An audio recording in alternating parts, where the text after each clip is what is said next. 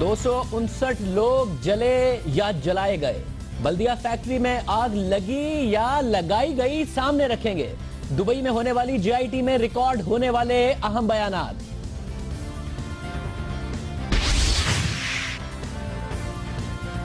Judicial commission और election tribunals के फैसले आ गए। ज़िमनी इंतखाबात में शिकस्त भी हो गई, लेकिन तहरीक इंसाफ मुतमईन ना हुई। कहती है नून लीग ने नए सिरे से धांधली की। अब ऐसा क्या हो कि पाकिस्तान तहरीक इंसाफ मुतमईन हो।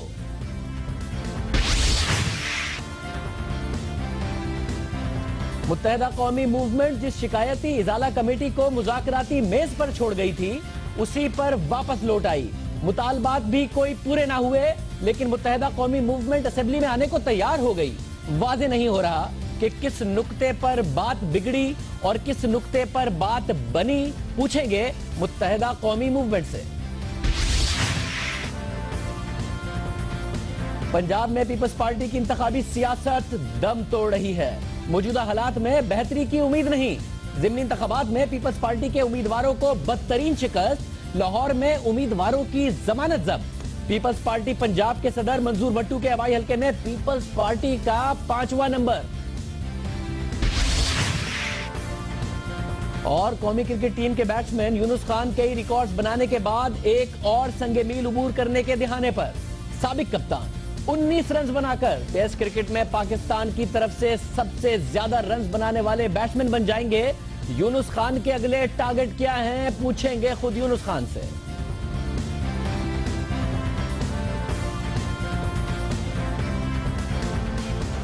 अस्सलाम वालेकुम, मैं हूं शाहजेब खानजादा। बात करेंगे अहम तरीन पेशरफ्त की। 11 सितंबर 2012 को कराची के इलाके बल्दिया टाउन की फैक्ट्री में लगने वाली तबाहकुन आग से 259 अफराद जलकर राख हो गए थे। सैकड़ों हंसते बसते घर उजड़ गए। कई घरों के चूल्हे इस आग के बाद आज तक ठंडे पड़े हैं। जिनके प्यारे बिछड़ गए, 3 साल से ज्यादा अरसा बीत जाने के बावजूद भी उनके दुख की शिद्दत कम नहीं हुई। मेरा बेटा वापस मिल गया तो मैं इस कंपनी के आगे आके खुदकुशी करूंगी। इनको पता होना चाहिए बच्चे कैसे बड़े होते हैं, यतीम बच्चे कैसे जवान होते हैं। मुझे पता है मैंने अपने बच्चे कैसे यतीम जवान किए।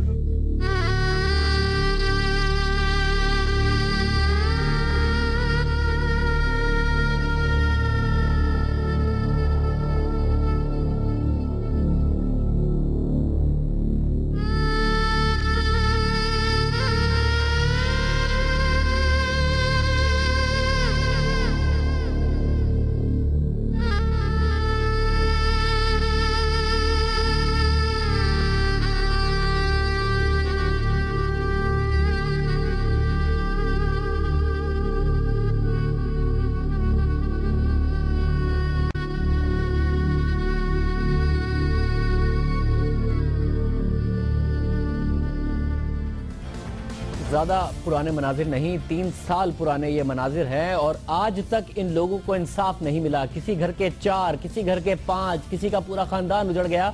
इन लोगों को इंसाफ नहीं मिला। हम आपके सामने कुछ ऐसे हकाइक रखने जा रहे हैं जो दुबई में होने वाली जीआईटी के बाद सामने आए हैं। बल्दिया की फैक्ट्री में आतिशदगी के बाद अदालती तहकीकात में आग लगने की वजह शॉर्ट सर्किट करार दी गई थी और फैक्ट्री मालिकान और सिंध हुकूमत को लेबर कवानीन पर अमल न करने पर तनकीद का निशाना बनाया गया था।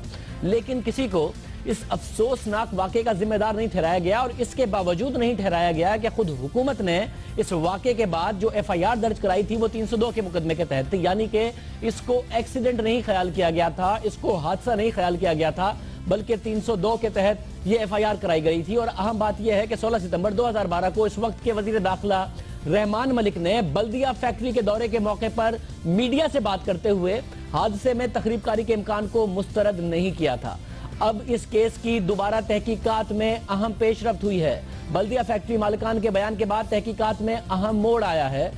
दुबई में सानह बल्दिया की तहकीकात करने वाली टीम के सामने फैक्ट्री मालिकान भाईला बरादरान ने बयान रिकॉर्ड कराया और हमारे जराए हमें बताते हैं कि उनके बयानात में सनसनीखेज इंकिशाफात सामने आए हैं। जराए के मुताबिक अरशद भाईला और शाहिद भाईला ने टीम को बताया कि एक जमात ने 20 करोड़ रुपए भत्ता और फैक्ट्री में शराकत दारी की डिमांड की। एक जमात के एक नुमाइंदे की तरफ से न सिर्फ भत्ता मांगा गया बल्कि यह कहा गया कि फैक्ट्री में पार्टनरशिप चाहिए। बात न मानने पर फैक्ट्री को आग लगा दी गई। एक जमात का मुकामी जिम्मेदार लेन देन के मामले तय करता रहा। बाद में जेल में एक सियासी जमात के वकील ने भाईला बिरादरान से राब्ता किया और कहा कि कुछ फैसले जमीन पर होते हैं और कुछ आसमानों पर, लेकिन ये वो फैसला है। और ये उस वक्त हो रहा था जब भाईला बिरादरान जेल में थे, गिरफ्तार थे, इस वाकये की तहकीकात हो रही थी। उस वक्त उन्हें कहा गया कि कुछ फैसले जमीन पर होते हैं, कुछ आसमानों पे हैं, यह फैसला जमीन पर होना है।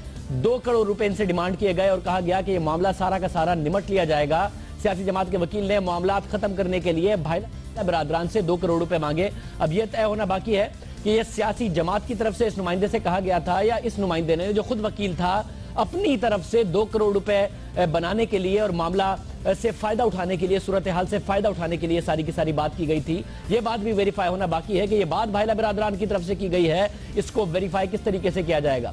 जीआईटी के सामने ये बात भी आई कि बल्दिया फैक्ट्री में लगने वाली आग की तहकीकात ठीक से नहीं की गई। भाईला बिरादरान ने मौक़िफ़ अख्तियार किया कि ये भत्ते का मामला उनसे बहरहाल उठाया गया था और उन्होंने साथ साथ ये भी कहा कि ये बात कि फैक्ट्री के बाहर ताले लगा दिए गए थे जिसकी वजह से लोग नहीं निकल पाए, दुरुस्त नहीं, क्योंकि सारे के सारे रास्ते और सारे के सारे दरवाजे अंदर से ही खुलते थे, बाहर से किसी दरवाजे पर ताला नहीं लगाया गया था। यह बात कि इनकी तरफ से सारे स्टैंडर्ड्स मीट नहीं किए गए थे, इसलिए मजदूर बाहर नहीं निकल पाए। इसका भी उन्होंने जवाब दिया कि उनकी फैक्ट्री बाकायदा तौर पर सर्टिफाइड थी, ISO सर्टिफाइड थी, इसलिए यह मामला भी नहीं था।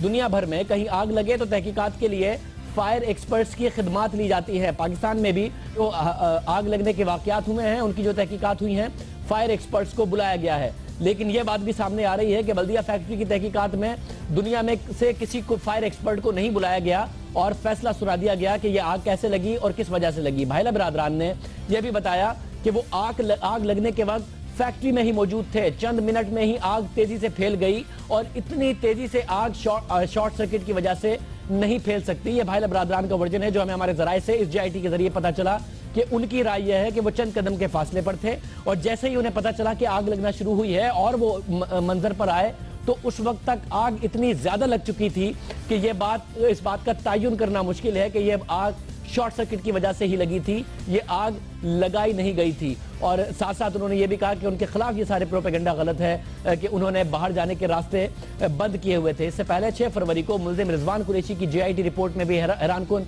इनकी शफात सामने आए थे, जिसके बाद नई जीआईटी तश्कील दी गई थी जिसमें पुलिस से लेकर एजेंसियों से लेकर सबके नुमाइंदे मौजूद हैं, लेकिन अभी तहकीकात मुकम्मल नहीं हुई।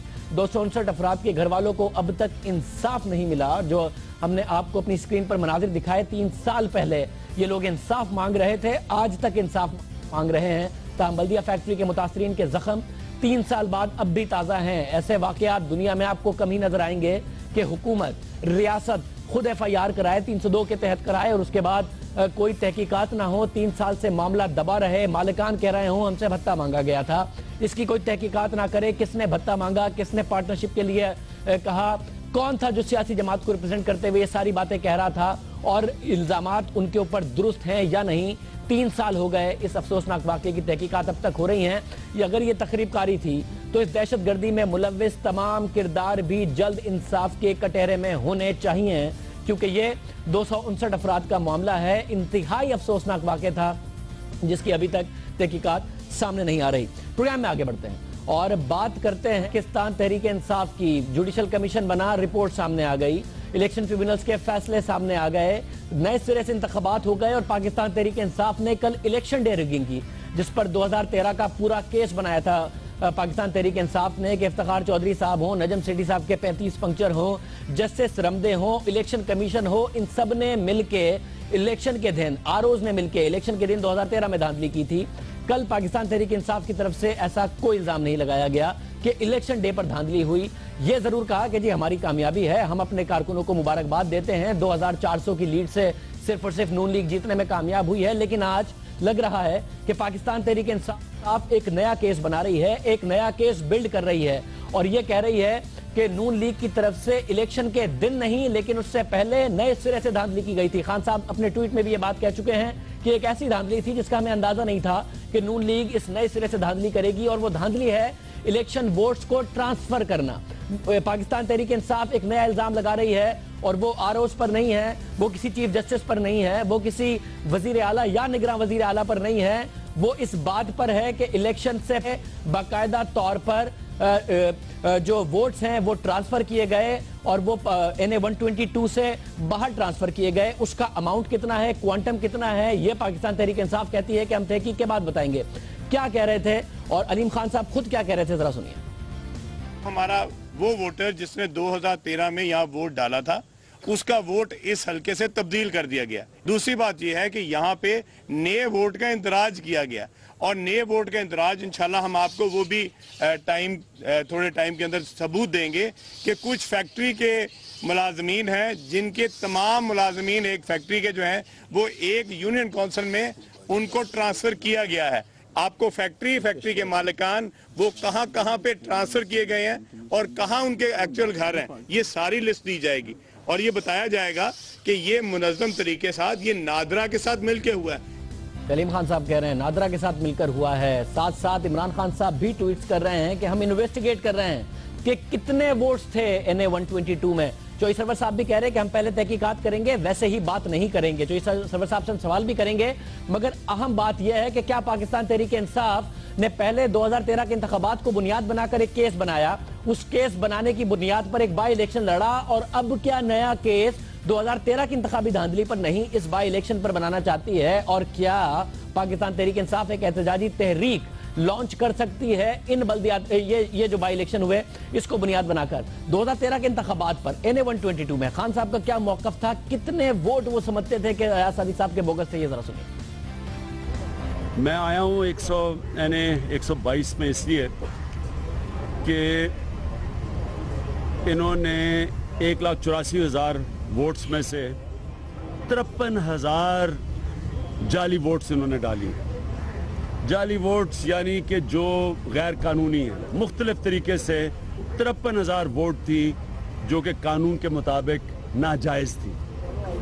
अब ये कहते हैं नून लीग और इलेक्शन कमीशन, क्योंकि ये इकट्ठे ही हैं, पंजाब की इलेक्शन कमीशन और नून लीग इकट्ठे चल रहे हैं, ये कहते हैं कि जी ये बेज़ाब्तियाँ हैं, ये गलतियाँ हुई हैं। मैं फिर से पब्लिक को कहना चाहता हूं कि 1,84,000 में से 2 या 3,000 गलतियां तो हो सकती हैं, लेकिन 53,000 गलतियां नहीं हो सकती। 53,000 धांधली होती है। खान साहब जिस 53,000 को धांधली कहते थे, वो 53,000 की धांधली इन बाई इलेक्शंस में रिफ्लेक्ट नहीं हुई, मगर पाकिस्तान तहरीक इंसाफ कहती है हमने जबरदस्त मुकाबला किया, 2,500 वोट से हम हारे हैं, जिसको हम अपनी जीत ख्याल करते हैं और अपने कारकुनों को मुबारकबाद देते हैं। ये रात की बात थी। आज की बात यह है कि पाकिस्तान तहरीक इंसाफ कह रही है हम इन्वेस्टिगेट कर रहे हैं, मामले में हमें गड़बड़ नजर आती है। चौधरी सरवर साहब हमारे साथ मौजूद है। चौधरी सरवर साहब बहुत शुक्रिया हमें ज्वाइन करने के लिए, आपने बड़ी मेहनत की, जाती तौर पर बड़ी मेहनत की इन बाई इलेक्शन के लिए। अलीम खान साहब ने बड़ी मेहनत की, कल तक कबूल किया, इसको अपनी फतह करार दिया, आपने हमसे बात करते हुए अपने कारकुनों को मुबारकबाद दी। क्या पाकिस्तान तहरीक इंसाफ एक नया केस बनाने जा रही है, एक नई तहरीक की तरफ बढ़ रही है, अब बाई इलेक्शन को बुनियाद बनाकर, आगे 2013 के इंतखाबात को बुनियाद बनाकर? तो मैं ये कहना चाहता हूं कि पाकिस्तान तहरीक इंसाफ ने ये बहुत बड़ा मार्का था। आप सबको मालूम होगा कि जब अलीम खान को टिकट अवार्ड किया गया था तो जश्न मनाया गया था नून के हलकों में, और उन्होंने कहा था कि हरीपुर से भी ज्यादा बड़ी शिकस्त हम पाकिस्तान तहरीक इंसाफ को लाहौर में देंगे, और जो मंडी बहाउद्दीन में 40,000 से ज्यादा वोट है उनसे ये हारेंगे। लेकिन जब इलेक्शन हुआ है, तमाम हुकूमती मशीनरी, हुकूमती अदारे, सूबाई हुकूमत के अदारे, फेडरल गवर्नमेंट के अदारे, फेडरल मिनिस्टर, प्रोविंशियल मिनिस्टर, इन्होंने ज़ाब्ता अखलाक की धज्जियां उड़ा दी। इन्होंने इलेक्शन लड़ा, लेकिन हमने कहा कि हम इन तहफ़्फ़ुज़ात के बावजूद इलेक्शन में जाएंगे, इलेक्शन से नहीं भागेंगे, क्योंकि हम जमहूरियत पर ईमान रखते हैं, जमहूरियत पर यकीन रखते हैं।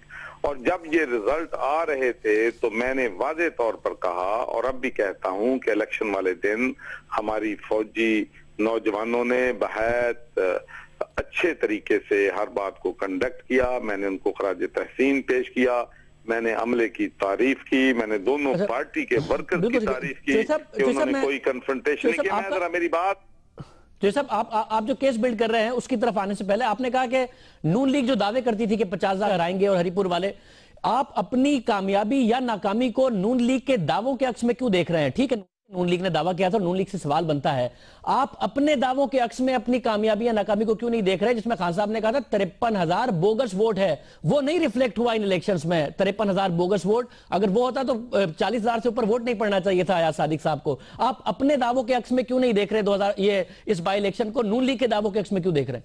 ने 5-7 सवालात उठाए हैं और मुझे जवाब देने के लिए वक्त नहीं दे रहे, तो मैं इन सारी चीजों को कैसे क्लैरिफाई करूंगा? सिर्फ प्लीज जवाब दीजिए। हाँ जी। अच्छा, एक तो ये बात कि 53,000 देखें, 2013 में इमरान खान ने इलेक्शन लड़ा था और उस वक्त जो था अपने अयाज सादिक साहब असेंबली के स्पीकर नहीं थे, उतना इनका हाई प्रोफाइल नहीं था। अब वो असेंबली के स्पीकर थे और इमरान खान जो पार्टी के लीडर हैं, अगर वो 9,500 वोटों से हारते हैं तो अलीम खान को तो वाकई 40,000 वोटों से हारना चाहिए था। जो इनके दावे थे वो दुरुस्त थे। तो मैं कहना ये चाहता हूं कि अगर हम कंबाइंड वोट को देखें, शेर सिद्दीकी साहब का और अजाज सादिक और शेर सिद्दीकी का और अब्दुल अलीम खान का और मोहसिन लतीफ का और एजाज सादिक का, तो उस दिन लोगों ने बल्ले पे ठप्पे ज्यादा लगाए हैं। अगर इनका कंबाइंड वोट आप मिलाएं तो 1500 वोट हमारा ज्यादा बनता है। तो उस दिन हमने एमपीए की सीट जीती है। अच्छा, अब दूसरी बात की मैं तरफ आता हूं जिसमें आप कह रहे हैं कि हम कोई केस बनाने की कोशिश कर रहे हैं। देखिए, मैं उस दिन पोलिंग स्टेशन पे खुद गया, मुझे बहुत से जो लोग थे उन्होंने बताया कि 2013 के इलेक्शन में हमने वोट दिया था। अब हम वोट डालने के लिए आए गए हैं तो हमें बताया गया है कि हमारा वोट जो है शेखुपुरा में ट्रांसफर हो गया है, कुछ कह रहे थे कि हमारा लाहौर के दूसरे हलकों में। इस वक्त अगर हम चाहते तो हमारे पास डजन्स ऑफ लोगों के उस वक्त हमारे पास प्रूफ थे जिनके वोट ट्रांसफर हुए, लेकिन मैंने उसको काफी नहीं समझा। मैंने कहा कि हम प्रॉपर अपनी इन्वेस्टिगेशन करेंगे। अगर तो ये ऑर्गेनाइज्ड क्राइम हुआ है, हजारों के हिसाब से, सैकड़ों के हिसाब से वोट जो हैं हल्के से उनकी मर्जी के बरक्स, उनके नॉलेज के बगैर ट्रांसफर किए गए हैं, तो फिर मैं समझता हूं कि अगर आप लोग भी, मैं आपसे पूछता हूं कि अगर आप पोलिंग स्टेशन पे वोट डालने जाएं, आप 30 साल से 20 साल से वहां पर रह रहे हो और वहां पर आपने 2013 के इलेक्शन में वोटा हो, तो आपको वहां बताया जाए कि नहीं भाई, आपका वोट तो फलां जिले में कराची में चला गया है, वो दुरुस्त है, दुरुस्त है, मगर आपके ख्याल में मैग्नीट्यूड कितना है इसका? अभी तक जो आपके पास नंबर सामने आए हैं, क्या एक बहुत बड़ा, हजारों में ये मैग्नीट्यूड है इसका? जी, मेरी यार सुने ना, तो अगर तो 1 दर्जन आया, 2 दर्जन आया, 3 दर्जन आया, तो फिर भी हम कहेंगे कि जी चलो क्लैरिकल एरर हो गई, नादरा से कोई आग होगी। अगर इसका एक पैटर्न है और ऑर्गेनाइज तरीके से ये किया गया है और हम आपको कंक्रीट एविडेंस दें, तो फिर तो मेरा ख्याल है कि इसका जवाब दे किसी ना किसी अदारे को होना होगा। क्या है, नादरा ने किया है, गवर्नमेंट ने किया है, इलेक्शन कमीशन। अगर कंक्रीट, अगर आप एक जगह पे रह रहे हैं, मैं आपसे सवाल करता हूं और आपने स्टाम्प नहीं दिया है, आपने वोट ट्रांसफर नहीं किया है, आपका वोट ट्रांसफर हुआ है, तो दिस इज क्रिमिनल ऑफेंस। अगर किसी ने आपके बिहाफ पे किया है, बिल्कुल बिल्कुल जयशंकर साहब, इसमें ये दुरुस्त है, प्रोसिक्यूट भी होना चाहिए, उसको जेल भी जाना चाहिए। ये दुरुस्त है कि अगर ये हुआ है, ये दुरुस्त है कि अगर ये बहुत बड़े मैग्नीट्यूड में हुआ है या किसी इंडिविजुअल के साथ भी हुआ है तो है, मगर मैं सिर्फ इसलिए पूछ रहा हूं कि अलीम खान साहब ने जब बात की तो ऐसा लगा कि बाकायदा केस बिल्ड कर रहे हैं। खान साहब ने जो ट्वीट किया है उससे भी लगा। मैं जानना चाह रहा हूं कि आपके सामने केसेस इतने सब्सटैंशियल हैं या अभी आपके सामने इतना बड़ा कोई नंबर नहीं है, उसके बावजूद ये इतनी बड़ी बड़ी बातें हो गई हैं? नहीं, बड़ी बातें नहीं मेरे भाई, बात सुन ले, बहुत बड़ा होता है। डजन्स ऑफ लोग, 50-60 से ज्यादा लोग कहें कि हमारे साथ ये हुआ है, जो कि मैं समझता हूं कि क्रिमिनल ऑफेंस है कि किसी की मर्जी के बगैर, उसके जाने बगैर किसी ऐसे जगह उसका वोट मुंतकिल कर दिया जाए। बेशक ये अगर मैं यूरोप में होता तो एक भी होता जिसने किया होता, उसकी इंक्वायरी आज शुरू हो चुकी होती। अगर ये बर्तानिया में होता कि कोई जा गया है वहां वोट डालने और उसको पता चला है कि उसका वार्ड दूसरी है, तो पुलिस ने इन्वेस्टिगेशन इनिशिएट कर दी होती। बहुत शुक्रिया जयशंकर साहब हमारे साथ हैं और कह रहे हैं कि जो नया केस बनाने वाली बात है कि 2013 नहीं, इस बाई इलेक्शन के ऊपर पाकिस्तान तहरीक इंसाफ एक केस बनाएगी। वो कह रहे हैं कि हम बाकायदा तौर पर देखेंगे कि मैग्नीट्यूड कितना है उन वोट्स का जो ट्रांसफर हो गए, जिस पर अलीम खान साहब ने कहा कि नादरा से मिलकर, नादरा को साथ मिलाकर एक दफा फिर कहा गया है मैग्नीट्यूड कितना है और किस तरीके से यह सारा का सारा मामला किया गया है, पूरी एविडेंस के साथ मीडिया के सामने हम यह मामला लेकर आएंगे और उसके बाद ही अगर केस बनता हुआ तो बनाया जाएगा। अलीम खान साहब ने नादरा पर इल्जाम लगाया, खान साहब खुद कह चुके हैं कि यह काम हुआ है, ट्वीट कर चुके हैं और कह रहे हैं कि हम इस मामले को इन्वेस्टिगेट कर रहे हैं। प्राइम एक ब्रेक और उसके बाद गुफ्तगू होगी। इस NA 122 के पूरे माहौल में एक और बड़ी डेवलपमेंट हो गई और वो था मुत्तहिदा कौमी मूवमेंट मान गई असेंबली में वापस आने पर। क्या कोई नई बात मानी है हुकूमत ने, या जो पुराना मामला था जिस पर मामला तय पा रहे थे, सुबह 5 बजे एक अचानक प्रेस कॉन्फ्रेंस करके मुत्तहिदा कौमी मूवमेंट पीछे हट गई थी, उन्हीं बातों पर मुत्तहिदा कौमी मूवमेंट मान गई है? इस पर बात करेंगे एक ब्रेक के बाद।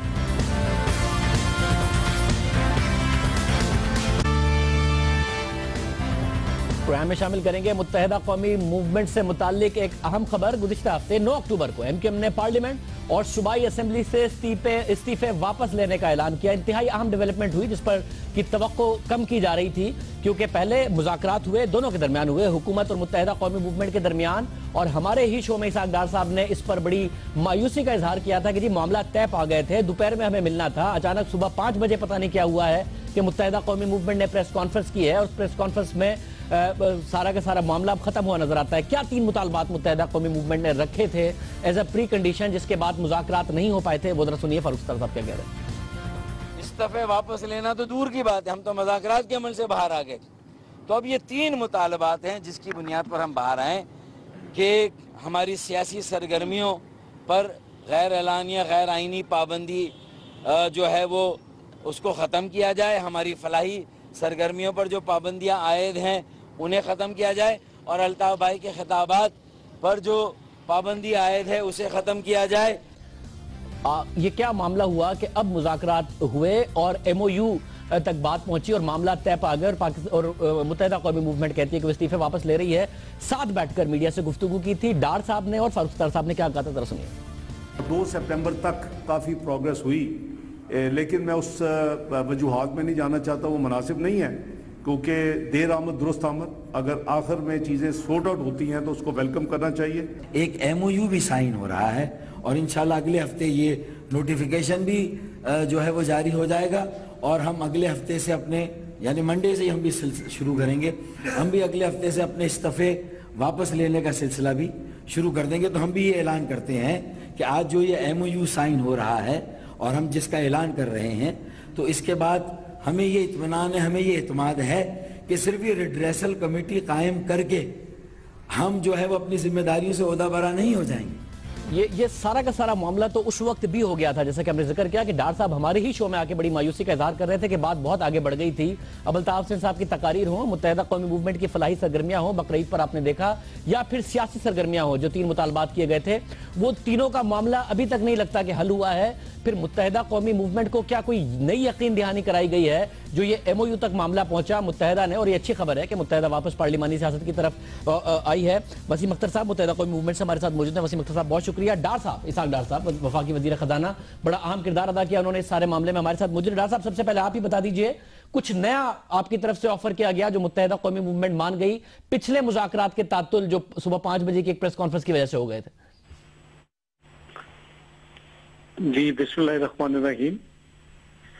मैं समझता हूँ कि शाहजेब साहब इसमें कोई नई चीज नहीं है, बल्कि जहां हमने मामलात को 2 सितंबर को छोड़ा था, हमने उसको परसू हम करते रहे, और पिछले हफ्ते में यानी जो 9 अक्टूबर को जो हफ्ता खत्म हुआ है उसमें मेरी काफी इंटरेक्शन हुई और उसको मीडिया में नहीं लाया गया। बेसिकली जो 3 मुतालबात अभी आपने स्क्रीन पे दिखाए 2 सितंबर और 3 की दरमियानी रात को, या जो फारूक सत्तार साहब की प्रेस कॉन्फ्रेंस थी, उस हवाले से 2 चीजें तो वर्चुअली इनफ्रक्चुअस हो गई हैं। एक चीज जो यानी अल्ताफ साहब की तकरीर को जो नशर करना है, उस हवाले से आपको पता है कि लाहौर हाई कोर्ट में केस है और उसमें मैटर सब जुडिस है और उसमें फर्दर एक डेट आ गई है। सो एक तो वो एक डिमांड थी, जाहिर है कि हम उसमें जो भी कोर्ट की होगी वर्डिक्ट उसको दोनों पार्टीज फॉलो करेंगी। दूसरा जो था वो जो चैरिटेबल काम की बात फारूक भाई ने बताई और आपने भी अभी दिखाया, वो था कि ईद उल ज़ुहा आ रही थी और जो ये चैरिटेबल कामों के लिए जो ये खाले इकट्ठी करते हैं उनके लिए फैसिलिटेट करना और उनके रुकावट ना बनने देना। मैं समझता हूँ कि वो चूंकि इन्होंने उस वक्त तोड़ा मामला और वो भी रह गया। तीसरा था कुछ जो ऑफिस कुछ बंद किए गए हैं उनको, यानी एक पॉलिटिकल एक्टिविटी को जारी रखना। मेरा उस वक्त भी यही गुजारिश थी, इनकी पूरी टीम थी 2 सितंबर की रात को जब हमने जीआरसी के हवाले से चीजों को तय पा लिया था। उसमें ये था कि ये जो तीनों चीजें हैं आप ग्रीवेंसेस रिड्रेसल कमेटी के पास लेके जाइए और वो इन तीनों चीजों को कानून आइन के मुताबिक उनको अपनी जो है रिपोर्ट बनाने दें और वही एक सही रास्ता होगा, इंडिपेंडेंट होगी, क्रेडिबल नाम होंगे, किसी को उसमें कोई यानी एतराज नहीं होगा। और मैं उस दिन भी मैंने क्लियर किया है कि इसमें किसी पॉइंट के ऊपर ना इन्होंने डिमांड किया to be fair to them, ना हम उसको कंसिडर करने के लिए कभी भी मेंटली तैयार थे कि ऑपरेशन जो कराची में हो रहा है, जो इनकी कॉन्सेंट से हुआ, इनके रजामंदी के साथ शुरू किया गया, आज तक काज चल रहा है, उसके बड़े यानी बहुत अच्छे रिजल्ट हैं यानी लॉ एंड ऑर्डर के हवाले से कराची में, और लोग बहुत खुश हैं, उससे कोई कॉम्प्रोमाइज नहीं है। मगर डॉक्टर साहब इनकी शिकायत है, ये तो कहते हैं कि मुत्तहिदा कौमी मूवमेंट को टारगेट कर रहा है ऑपरेशन, हमारे लोग गुमशुदा हैं। आपने भी एक प्रेस कॉन्फ्रेंस में कहा था कि जो जायज शिकायत, और हमसे भी गुफ्तगू करते हुए कहा था। अब आप एक तरफ पूरी ओनरशिप लेते हैं कराची ऑपरेशन की, उसकी तारीफ भी करते हैं, ये भी कहते हैं वो दुरुस्त सिमत में जा रहा है, मियां साहब भी कहते हैं, वजीर दाखिला भी कहते हैं, आप भी कहते हैं, तो ये रिड्रेसल कमेटी किस तरीके से इनके तहफ्फुज़ात दूर कर पाएगी? शाहजेब साहब, अगर आपको याद हो, आप अपना वो सुन लें दोबारा, तो उसमें मैंने भी हमारे एमओयू में भी अलेज्ड का लफ्ज है, मुबैना यानी, और वो सिर्फ एमक्यूएम के लिए कमेटी नहीं बन रही, ये बल्कि कोई भी पॉलिटिकल पार्टी, कोई भी इंसान, कोई भी एंटिटी जिसको अलेज्ड अब्यूज ऑफ पावर और एक्सेस ऑफ अथॉरिटी का यानी गिला हो, तो इस कमेटी के पास उसका हक है अंडर दिस मेमोरेंडम अंडरस्टैंडिंग। जब इंशाल्लाह नोटिफाई होगी कमेटी, 5 वर्किंग डेज आज से शुरू हो चुके हैं, तो उसमें एक यानी इंस्टीट्यूशनल मैकेनिज्म आ जाएगा। ये मैं मशकूर हूं, जैसे आपने खुद भी कहा कि अच्छी बात है। देखिए, इनका एक रोल है, ये पॉलिटिकल पार्टी है, और किसी पार्टी में भी अल्लाह माफ करे कि ना सब लोग अच्छे हैं, ना सब लोग अल्लाह माफ करे बुरे हैं, अच्छे और ये कॉम्बिनेशन होता है, और किसी को कोई एमनेस्टी या इम्यूनिटी नहीं है, इंक्लूडिंग हमारी पार्टी को या इनकी पार्टी को। अगर किसी ने कोई अल्लाह माफ करे वो गलत काम किया है तो वो उसको उनको फेस करना पड़ेगा। अगर वो कोई ज्यादती है तो ये कमेटी जो है, आप देखेंगे जब नाम आएंगे इसकी मेंबर्स, 5 मेंबर्स हैं, और इसमें एक जो मेंबर होंगे 5 में से वो एक्स ऑफिशियो इंटीरियर सेक्रेटरी होंगे। ऑब्वियसली ये सारा मामला इंटीरियर मिनिस्ट्री के हवाले से, ये ज्यादा यानी लॉ एंड ऑर्डर के हवाले से है। तो मैं इनका मशकूर हूं कि इन्होंने कोऑपरेट किया, इनकी लीडरशिप ने कोऑपरेट किया, और जैसे आपने कहा कि ये इनका खुशाइंद बात है कि वापस आए। मैं अपने पहले दिन से अगर आप निकालेंगे 12 अगस्त को जब इन्होंने इस्तीफे दिए, तो मैंने कहा था इनके इस्तीफे जो हैं वो इनइफेक्टिव हैं। उस वक्त मेरी बात अजीब लगी थी, मैं आपके प्रोग्राम में भी उस रात को आया था, 12 या 13 अगस्त को मुझे याद है, फोन के ऊपर मैं बीपर दिया था। मुझे उसके 3 रीजन थे कि इनकी इंटेंशन कभी नहीं थी, इन्होंने साथ उसको क्वालिफाई किया हुआ था। आपने देखा कि सेनेट चेयरमैन ने भी वही रूलिंग दी है अभी कि इनके इस्तीफे जो है वो इफेक्टिव नहीं है। डॉक्टर साहब बहुत शुक्रिया, डॉक्टर साहब हमारे साथ मौजूद थे। वसीम अख्तर साहब, बात है जाहिर, आप एक अवाम का वोट लेके गए थे, वापस पार्लियामेंट में जा रही है मुत्तहिदा कौमी मूवमेंट, ये एक अच्छी बात है, मगर वहीं जा रही है जहां से मुज़ाकरात का तात्तुल हुआ था, और अचानक आप लोगों ने सुबह 5 बजे प्रेस कॉन्फ्रेंस की थी। 3 बुनियादी मुतालबात थे। फलाही, क्या ये वाकई इसलिए हुआ कि बकरीद गुजर गई तो फलाही सरगर्मियों का मामला, और फिर अल्ताफ हुसैन साहब की तकरीर का तो अदालती फैसला हो गया, इसलिए आप मान गए? क्योंकि डार साहब कह रहे हैं वहीं से मामला शुरू किया। जो 3 तारीख का जिक्र है, जब हम वापस आए थे तो 3 फौरी नौयत के इशूज थे। हम समझते थे जब इतनी अच्छी बातचीत हो रही थी कि ये, और सब एक्सेप्ट कर रहे थे एक दूसरी चीजों को, तो ये जो 3 चीजें थी जिसमें खालों का जिक्र है, जिसमें फलाई काम एंड सियासी एक्टिविटीज और अल्ताफ भाई की स्पीच, वो मैं समझता हूं प्राइम मिनिस्टर के लेवल पे हल किए जा सकते थे, और हमें उम्मीद थी कि ये फौरन तीनों मैटर्स जो हैं वो रिजॉल्व कर दें। जब ये मैटर्स नहीं हुए तो हम बाहर आए, बिल्कुल आए, और आज फिर से जब मुज़ाकरा शुरू हुए हैं और एमओयू साइन हो चुका है, इसमें एमओयू भी क्लियर है कि विद इन 90 डेज जो है ये कमेटी रिपोर्ट देगी, जो पर्टेन करता है सिर्फ एमक्यूएम के ग्रीवेंसेस से, वगैरह दूसरों के भी, मगर उसके बाद वाली बात है। मसला ये है कि आपको लगता है ये सिर्फ वो रास्ता है दरमियान का कि जब आपने देखा बकरीद भी गुजर गई, आपके ग्रीवियंस एड्रेस हुए बगैर, अल्ताफ हुसैन साहब पर अदालत का फैसला है, जब आपको लगा कि अब कोई रास्ता नहीं रह गया तो आप इसी चीज पर मान गए और इस रिड्रेसल कमेटी से आपके तहफ्फुज़ात दूर होने नहीं है, या आपको लगता है कि होने हैं? जब हम वापस आए थे तो बॉल इन्हीं के कोर्ट में थी, गवर्नमेंट की। ये इन तीनों इश्यूज को रिजॉल्व कर सकते थे फौरी नौयत के, उसी वक्त करते हैं, मगर टाइम लिया गया, अच्छा खासा टाइम पास हुआ है। और उसके बाद फिर सेनेट से एक स्टेटमेंट भी आया है चेयरमैन सेनेट का, उसका भी इफेक्ट पड़ा है हर जगह। और फिर जो हमने ग्रीवेंसेस दिए थे, इन्होंने स्टडी भी किया होगा। आप अगर एमओयू देखो तो उसमें क्लियरली लिखा हुआ भी है कि अगर वायलेशन है, एमओयू वैसा ही है जैसा कि आपके दरमियान लास्ट टाइम अंडरस्टैंडिंग थी। और मैं एक बात, ऐसा लग रहा है आपने कहा ना बॉल उनके कोर्ट में थी कि हुकूमत ने बॉल अपने कोर्ट में रखते हुए आपको मना लिया उन्होंने। To redress grievances of MQM and any other political party regarding the alleged abuse of power or excess of authority if any by law enforcement agencies।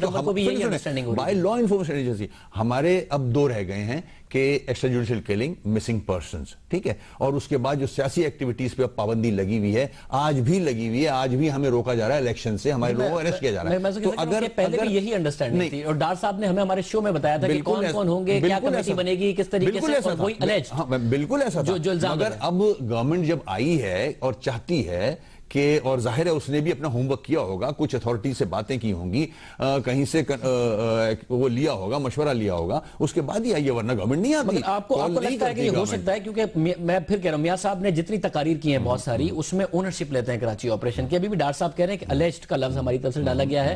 आपको नई उम्मीद किस तरीके से पैदा हुई है जो 3 सितंबर को नहीं थी, अब हो गई है कि जी अब हमें उम्मीद है कि ये मामला हुकूमत जो है वो एड्रेस करेगी। आखिरी ऑप्शन हमारे पास था इस्तीफे का, और उस बिना पे गवर्नमेंट हमारे साथ टेबल पे बैठी है।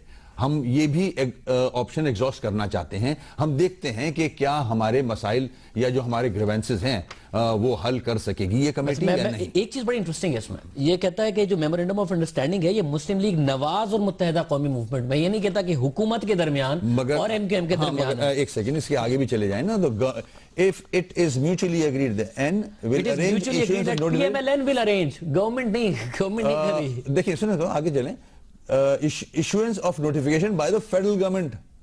PMLN अरेंज कराएगी फेडरल गवर्नमेंट से, जाहिर है, तो मतलब पार्टी टू पार्टी लेवल पर बात हुई है, गवर्नमेंट PML इसको ओन करती है, PMLN की अल्फाज का ही है, है मगर PMLN की गवर्नमेंट है इस वक्त ना, और वही हुकूमत चला रही है। और अगर इसमें भी खुदा ना खास्ता कोई, आप जैसे कह रहे हैं, कोई शकूक व शुबात आएंगे, तो हर चीज के ऑप्शन सबके सामने हैं, सबके सामने। आप ये कह रहे हैं कि एक बहुत ही रीजनेबल अंदाज में कन्विंस हुई है मुत्तहिदा कौमी मूवमेंट कि उनके तहफ़्फ़ुज़ात को दूर किया जाएगा, इसीलिए इस्तीफे वापस लिए। आप हुए बहुत शुक्रिया। वसीम अख्तर साहब कह रहे थे कि हम कन्विंस हुए हैं कि हमारे तहफ़्फ़ुज़ात को दूर करने की एक जेन्युइन कोशिश हुकूमत की तरफ से की जाएगी।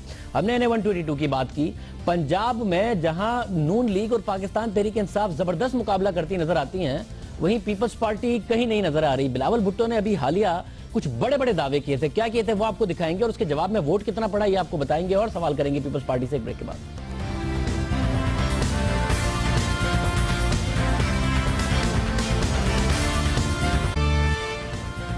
NA 122 और ओकाड़ा में जो कुछ पाकिस्तान तहरीक इंसाफ और नून लीग के दरमियान हुआ वो तो हुआ सो हुआ।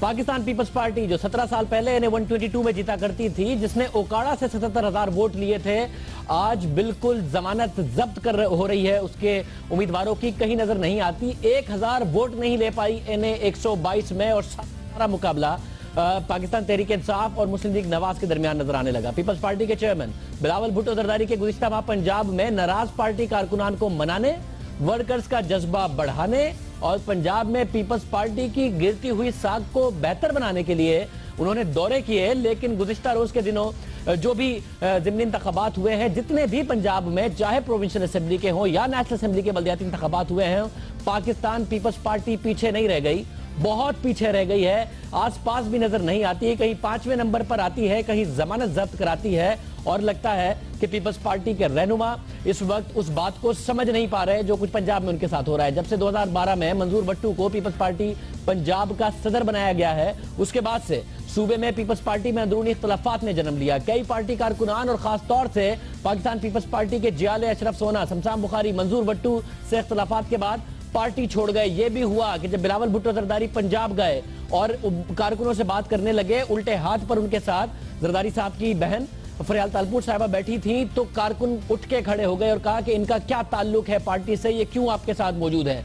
यह भी हुआ कि जब बिलावल भुट्टो जरदारी पंजाब में कारकुनों से बात कर रहे थे और उनके दाएं बाएं साबिक वज़राए आज़म यूसुफ रज़ा गिलानी और परवेज अशरफ बैठे थे, तब भी कारकुन खड़े हो गए कि इन लोगों ने पार्टी को यहां तक पहुंचाया है, ये आपके साथ क्यों हैं।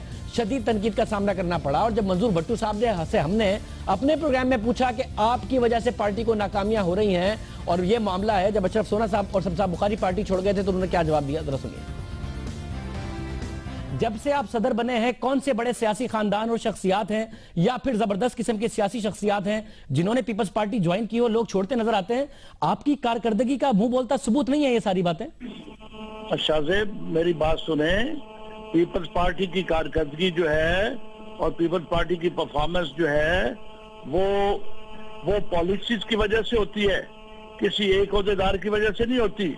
पार्टी की पॉलिसीज जो है वो अवाम को पसंद होगी तो अवाम उसके साथ चलते हैं। आपने सुना, खुद पंजाब के सदर पाकिस्तान पीपल्स पार्टी के कह रहे थे कि भाई एक की वजह से नहीं, आप मुझसे ना कहें, मेरी वजह से नहीं, पार्टी पॉलिसी की वजह से शिकस्त होती है। पार्टी पॉलिसी में क्या खामियां थी उस वक्त से लेकर अब तक, जो अब तक दूर नहीं कर पाई पाकिस्तान पीपल्स पार्टी, बुरी तरह शिकस्त हो रही है। तज्जियाकार तज्जिया दे रहे हैं कि पाकिस्तान पीपल्स पार्टी मुकम्मल तौर पर पाकिस्तान तहरीक इंसाफ से रिप्लेस हो रही है।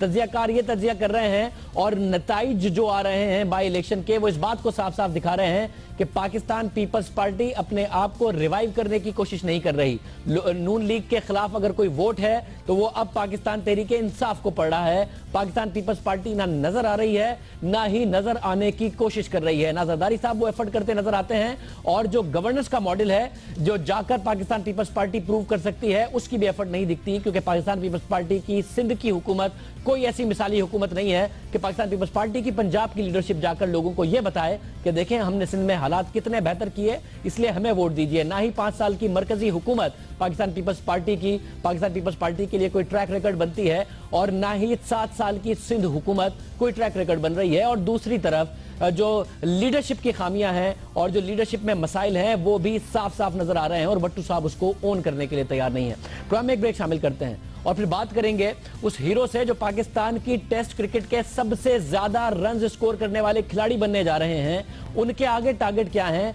और क्या वो खुद किसी सियासत का शिकार हैं? पाकिस्तान की तारीख के सबसे ज्यादा रन स्कोर करने वाले खिलाड़ी बन सकते हैं, वो कल बात करेंगे एक ब्रेक के बाद।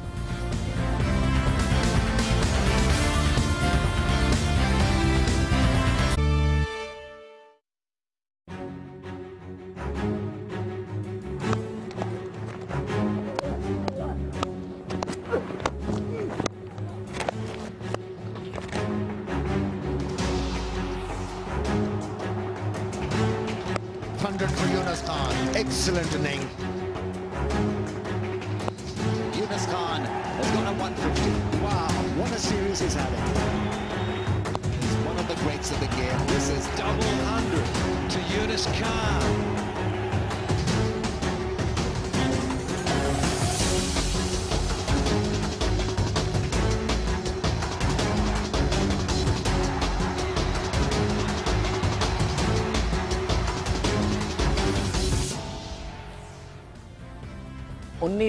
उन्नीस रन चाहिए इस जबरदस्त खिलाड़ी को पाकिस्तान की तारीख का सबसे बड़ा टेस्ट स्कोरर बनने के लिए। 8,832 रन हैं लेजेंडरी क्रिकेटर जावेद मियांदाद के, और इस वक्त 8,814 रन हैं यूनुस खान के। इंजमाम उल हक रिकॉर्ड तोड़ सकते थे, मगर उस आखिरी मैच में क्या हुआ था, किस तरीके से रिकॉर्ड नहीं तोड़ पाए थे, वो आपने हम सबको याद है। यूनुस खान क्या इरादे रखते हैं? कल पाकिस्तान और इंग्लैंड अपनी टेस्ट सीरीज शुरू करने जा रहे हैं अबू धाबी में। क्या यूनुस खान के इरादे हैं और क्या उनका आगे टारगेट है? यूनुस खान हमारे साथ मौजूद है। यूनुस खान, बहुत शुक्रिया हमें जुड़ने के लिए। जबरदस्त खिदमत की है आपने पाकिस्तान की क्रिकेट की, पाकिस्तान की जबरदस्त खेले हैं आप। जबरदस्त आपका एवरेज है, 30 सेंचुरियां हैं, 100 है आपके पास, डबल 100 है आपके पास। ये मुझे बताइएगा कैसा महसूस कर रहे हैं? एक इतने बड़े खिलाड़ी का रिकॉर्ड तोड़ने जा रहे हैं। जावेद मियांदाद साहब खुद इतने बड़े खिलाड़ी हैं और पाकिस्तान की तारीख के सबसे ज्यादा रन स्कोर करने वाले खिलाड़ी बनने जा रहे हैं। थैंक यू शाहजेब, आपने बहुत अच्छा कहा मेरे लिए, और जिस तरह आपने खुद ही कहा कि ग्रेट जावेद मियांदाद, तो मेरे ख्याल से देखें जावेद भाई के मतलब कोई भी बात की जाए यहाँ, तो यहाँ ये कह सकते हैं कि सूरज को जो है वो चिराग दिखाने वाली बात है। और मैं वो सूरज को मेरे ख्याल से मैं वो चिराग हूँ जो कि बहुत छोटा है उनके सामने, और लेकिन ये कि ये अल्लाह की तकसीम है, अल्लाह ने मुझे उनके बहुत करीब कर दिया।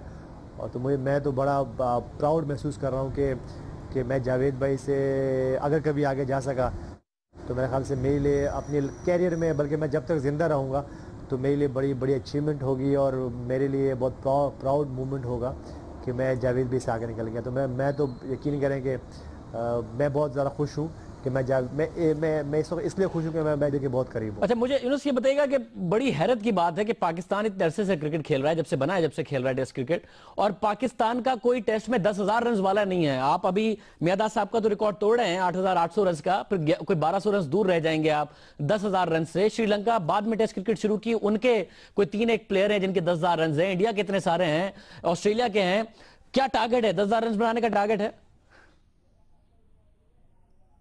अगर मेरे हाथ में होता और मेरी जगह कोई और इस 10,000 रन के करीब होता तो मैं उसको ज़रूर सपोर्ट करता। वो इसलिए सपोर्ट करता कि कोई तो पाकिस्तानी ऐसा हो जो कि उस एलीट पैनल में हो जिसकी हम बार बार बात करते हैं कि 10,000 रन। अगर आप, जैसे मैंने पहले भी कहा और बार बार ये कहता हूँ कि इंडिया में देखें तो वहाँ पे 3 से 4 प्लेयर मौजूद हैं। उसके बाद श्रीलंका को देखें, मतलब ये आपने जैसे कहा कि मुख्तलिफ दूसरे ममालिक हैं जहां पर लोग मौजूद हैं, मगर आप इरादा क्या रखते हैं 10,000 रन का? और क्या कोई रुकावटें वगैरह हैं जिसकी वजह से आपको लगता है, आप कह रहे हैं कि आप होते तो 10,000 रन करने देते? जाहिर है आप फॉर्म में है, टेस्ट तो बड़ा अच्छा खेल रहे हैं, टेस्ट ही खेलना है, वनडे भी खेलना है, क्या टारगेट्स हैं आगे? शाहजेब, मेरे तो बड़े क्लियर प्लान्स हैं कि जैसे अगर आपको याद हो, और हम एक ही वर्ल्ड T20 जीते हैं अभी तक हिस्ट्री में पाकिस्तान की, वो था 2009 का। उसके बाद मैं रिटायर हो गया।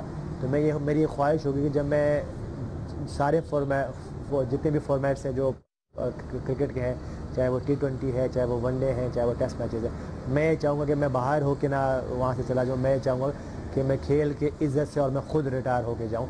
मेरी ख्वाहिश है, मुझे लगता है कि मुझे ज़रूर इंशाल्लाह वनडे में मौका मिलेगा और वो दिन आएगा कि मैं वनडे से भी और टेस्ट क्रिकेट में भी इंशाल्लाह अल्लाह को खुद से रिटायर होकर जाऊंगा इंशाल्लाह। यूनुस खान, बहुत शुक्रिया हमें ज्वाइन करने के लिए। हम आपको गुड लक कहते हैं, साथ साथ आपका शुक्रिया भी अदा करते हैं, आपको मुबारकबाद भी देते हैं। पाकिस्तान और पाकिस्तानी क्रिकेट की इतनी खिदमत की है, आपने बड़े मैचेस जिताए हैं, वनडे हो, T20 वर्ल्ड कप हो या फिर टेस्ट मैचेस हो। बहुत शुक्रिया हमें ज्वाइन करने के लिए। बहुत बड़ा रिकॉर्ड। यूनुस खान पाकिस्तान के सबसे ज्यादा टेस्ट रन बनाने वाले क्रिकेटर बनने जा रहे हैं। देखते हैं पाकिस्तान का कोई पहला क्रिकेटर वो बनेंगे या नहीं बनेंगे जिन्होंने 10,000 रन बनाए हों। आज के प्रोग्राम में इतना ही, कल के प्रोग्राम में आपसे फिर मुलाकात होगी। इजाजत दीजिए, अल्लाह हाफिज।